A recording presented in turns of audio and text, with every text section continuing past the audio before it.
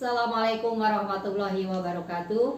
Selamat bertemu kembali anak-anak kelas 8. Mari kita lanjutkan materi IPS kita tentang pengaruh sistem tanam paksa di Indonesia. Semoga kalian ada dalam keadaan sehat walafiat, diberkahi dan diberi kemudahan. Pada pelajaran yang telah lalu kita sudah membahas tentang sistem sewa tanah yang dikeluarkan oleh negara Inggris. Kemudian nama gubernur jenderalnya adalah Stamford Raffles. Nah, mari kita lanjutkan. Ada apa dengan sistem kebijakan sistem tanam paksa? Nah, seperti biasa, sebelum kalian lanjut ke materi inti, maka kalian harus tahu tujuan pembelajaran agar kita fokus pada materi pembelajaran. Tujuan pembelajarannya lumayan agak banyak. Yang pertama, bahwa kalian harus dapat menyebutkan nama pemimpin yang mengeluarkan sistem tanam paksa dan dari negara mana. Kemudian yang kedua, kalian harus dapat menguraikan praktik-praktik dari sistem tanam paksa. Yang ketiga, menjelaskan dampak negatif dari adanya sistem tanam paksa bagi rakyat Indonesia. Kemudian yang keempat, menjelaskan dampak positif dari sistem tanam paksa bagi rakyat Indonesia. Kemudian yang kelima, menjelaskan dampak sistem tanam paksa bagi negara Belanda. Yang keenam, menyebutkan tokoh-tokoh yang menginginkan sistem tanam paksa dihapuskan. Kemudian yang ketujuh, kalian harus dapat menjelaskan nama undang-undang pengganti sistem tanam paksa. Nah, mari kita lanjut pada materi inti. Sekali lagi, tema kita adalah tentang kebijakan sistem tanam paksa. Namanya juga tanam paksa, berarti menanam dengan cara pemaksaan. Nah, kita lihat ya. Pada tahun 1830, Johannes van den Bos menerapkan sistem tanam paksa atau yang disebut dengan culture stelsel ya. Nah, kebijakan ini diberlakukan karena Belanda menghadapi kesulitan keuangan akibat perang. Ya, perang di Jawa, perang di Ponegoro, kemudian perang di negara Eropanya. Seperti kita ketahui, melawan Prancis, melawan Belgia dan lain sebagainya. Nah, jadi Belanda mengalami kesulitan keuangan akibat peperangan. Nah, sistem tanam paksa ini dibuat oleh Gubernur Jenderal Johannes van den Bos pada tahun 1830. Nah, Van den Bos ini mewajibkan para petani menyediakan 1/5 atau 20% lahannya untuk ditanami komoditas yang laku di pasar Eropa.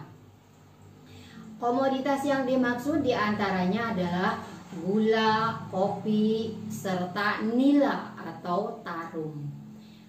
Nah, ketentuan kebijakan tanam paksa yang diberlakukan pemerintah Hindia Belanda sangat memberatkan masyarakat Indonesia. Apalagi pelaksanaannya penuh dengan penyelewengan, sehingga semakin menambah penderitaan rakyat Indonesia.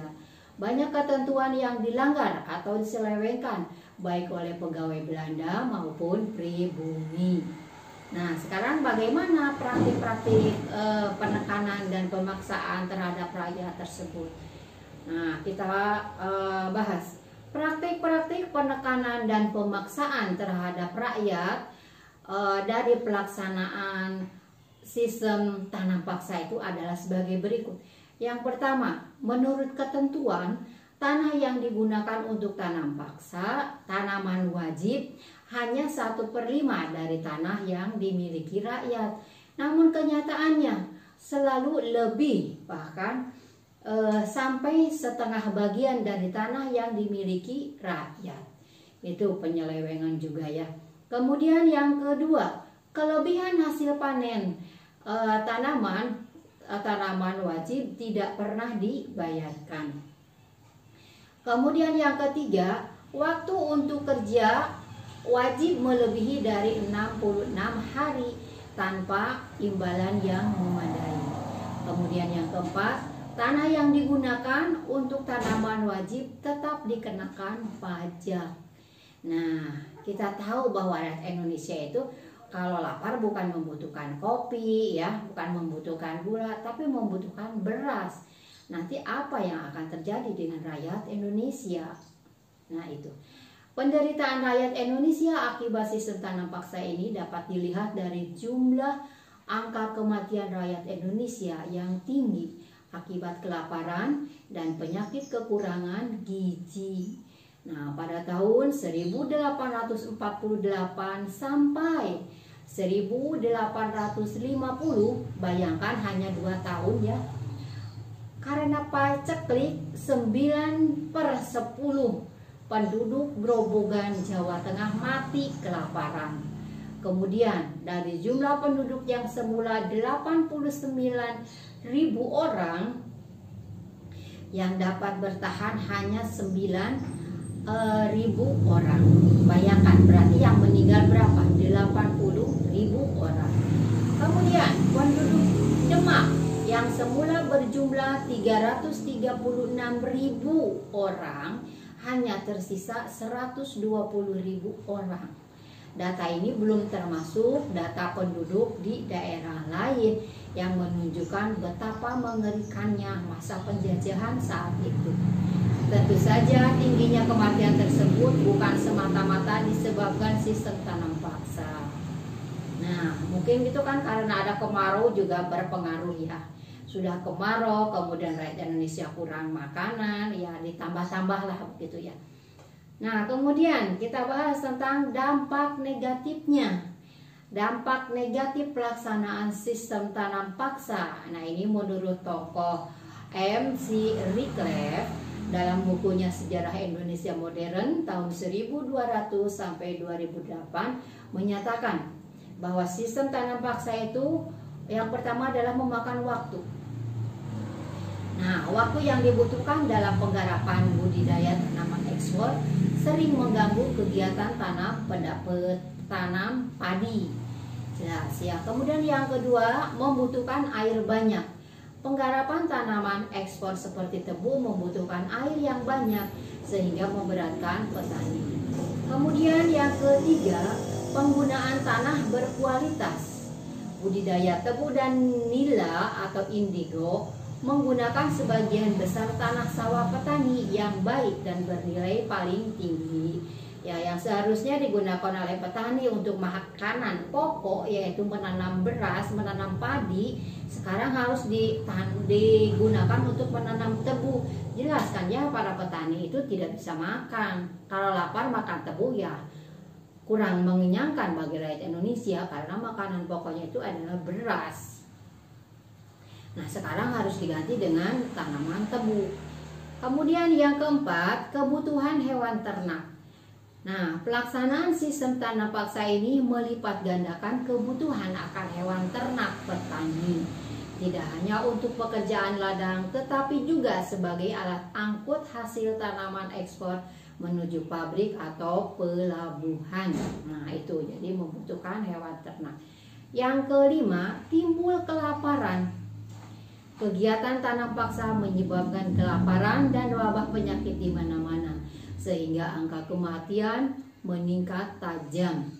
Bahaya kelaparan menimbulkan korban jiwa yang sangat mengerikan di daerah Cirebon, Demak, dan Grobogan, seperti yang sudah kita bahas tadi ya. Kemudian hal ini menunjukkan bahwa menurunnya jumlah pendudukan di daerah tersebut. Selain itu, penyakit busung lapar juga terjadi banyak di daerah-daerah. Nah, itu adalah dampak negatif dari adanya sistem tanam paksa. Kemudian yang selanjutnya adalah dampak positif. Di balik negatif ada dampak positifnya. Yang pertama, dampak positif pelaksanaan sistem paksa dalam buku Sejarah Nasional Indonesia 4 tahun 2008 karya Marwati Junaid dan Nugroho dijelaskan. Dampak positif pelaksanaan tanam paksa bagi rakyat Indonesia. Yang pertama, rakyat Indonesia mengenal berbagai teknik menanam jenis-jenis tanaman baru. Kemudian yang kedua, meningkatnya jumlah uang yang beredar di pedesaan sehingga memberikan rangsangan bagi tumbuhnya perdagangan. Kemudian yang ketiga, munculnya tenaga kerja yang ahli dalam kegiatan non-pertanian yang terkait dengan perkebunan dan pabrikan di pedesaan. Yang keempat, penyempurnaan fasilitas yang digunakan dalam proses tanam paksa seperti jalan, jembatan, kemudian penyempurnaan fasilitas pelabuhan dan pabrik serta gudang untuk hasil budidaya. Nah, itu adalah dampak positifnya. Lalu yang berikutnya adalah dampak sistem tanam paksa bagi Belanda itu sendiri. Nah, bagi Belanda jelas menguntungkan ya. Bagi Belanda, sistem tanam paksa membawa keuntungan yang melimpah. Di antaranya, kas Belanda menjadi surplus atau berlebih. Kemudian Belanda bebas dari kesulitan keuangan. Kita ingat Belanda pada waktu itu kas negaranya kosong akibat dari adanya perang. Sudah kita bahas di awal. Nah, kemudian sistem tanam paksa ini membuat banyak pihak yang bersimpati dan mengecam praktek tanam paksa. Kecaman ini tidak hanya datang dari bangsa Indonesia, tetapi juga datang dari orang-orang Belanda itu sendiri. Mereka menuntut agar sistem tanam paksa dihapuskan. Nah, kecaman dari berbagai pihak tersebut membuahkan hasil dengan dihapuskannya sistem tanam paksa pada tahun 1870. Nah, siapa-siapa saja orang yang menentang sistem tanam paksa tersebut?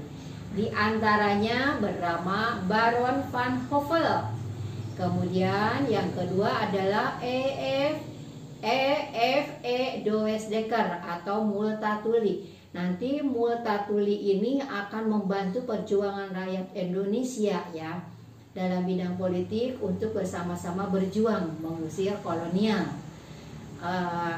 Itu ya, Multatuli. Nanti akan berubah namanya. Kemudian yang berikutnya adalah El Pitalis. Nah, itu adalah orang-orang yang menentang sistem tanam paksa. Kemudian apa penggantinya dari sistem tanam paksa ini? Pada tahun 1870 keluar Undang-Undang Agraria atau Agraris Wet.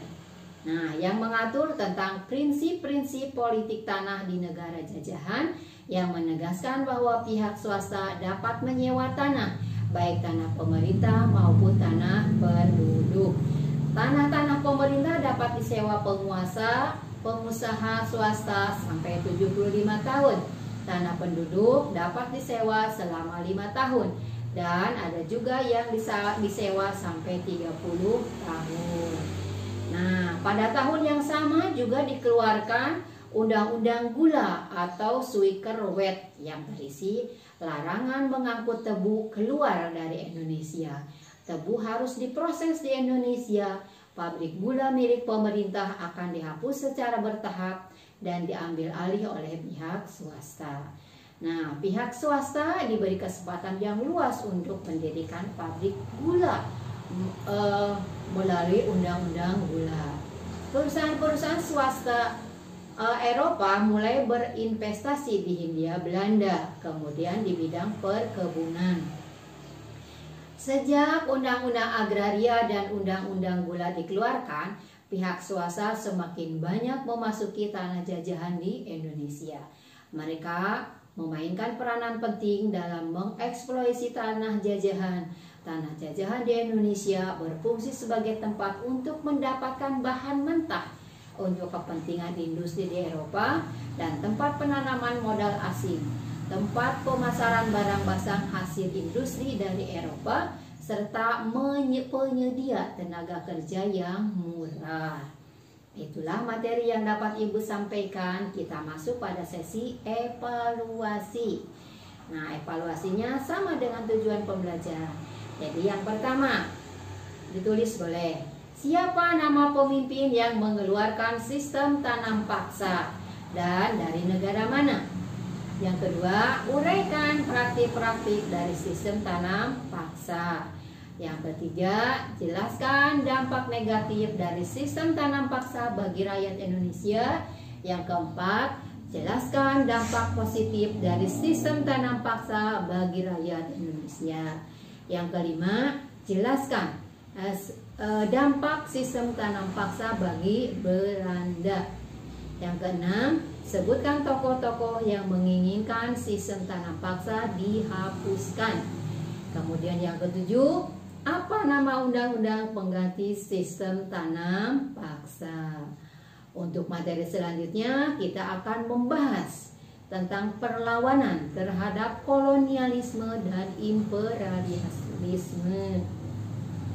Demikian materi yang dapat Ibu sampaikan, semoga bermanfaat. Wawasan dan pengetahuan kalian semoga semakin bertambah. Ibu akhiri, wabillahi taufiq wal hidayah. Wassalamualaikum warahmatullahi wabarakatuh.